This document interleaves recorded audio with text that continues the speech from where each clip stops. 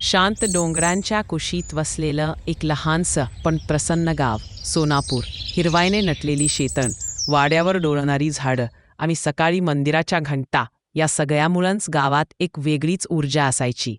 गावात राहत होता गोविंद काका, ज्याच्या घरात होते 2 माठ, एक रिकामा, शांत, नमळ आणि दुसरा भरलेला पण अहंकारी. गोविंद काका रोज सकाळी दोन्ही माठ भरायला विहिरीकडे जायचे. रिकामा माठ कधी आवाज करायचा नाही, तर भरलेला माठ भराभर आवाज करत चालायचा. टन टन टन. माझ्यासारखा पाण्यानं भरलेला मजबूत भांड कुणाकडे आहे?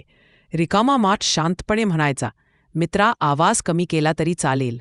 जे भरलेला असता ते शांत असता. पण भरलेला माठ खवळून म्हणायचा, तू शांत राहू दे, तुझ्याकडे काही नाही म्हणतो, तू शांत आहेस. एके दिवशी भरलेल्या माठाचा अहंकार अगदी वाढलाच. गावाकडे चालताना त्याने मोठ्याने आवाज करायला सुरुवात केली. लोकांनी ऐकायला हवं, गोविंद काकांच्या सर्वात महत्वाचा माठ मी. गावातील लोक मात्र हसले. काहींनी पुटपुटत सांगितला, अरे, भरलेला आहे म्हणून एवढा गाजावाजा कशासाठी? पण माठाला काही कळेना. त्या दिवशी त्यानं रिकाम्या माठाला टोमणा मारलाच.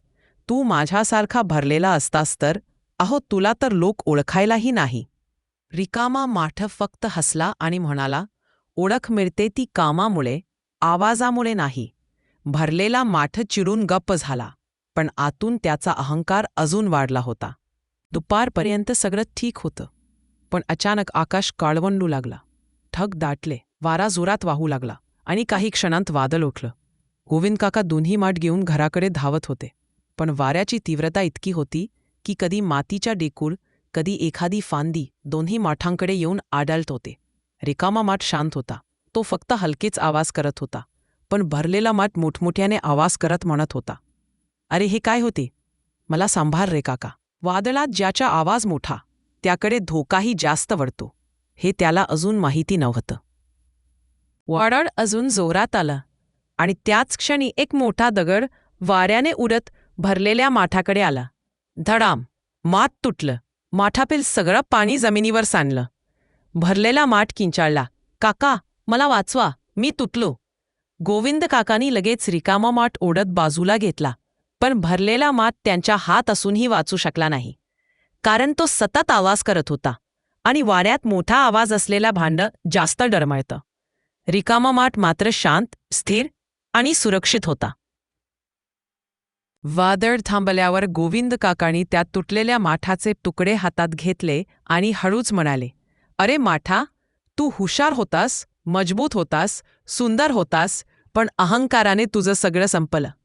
रिकामा माठ शांतपणे म्हणाला, कधी भरलेला असला तरी शांत राहायला हवं, कारण आवाज नेहमी रिकामेपण दाखवतो आणि शांतता गूढ दाखवते. गोविंद काकांनी ती सत्यता मनात कोरून घेतली.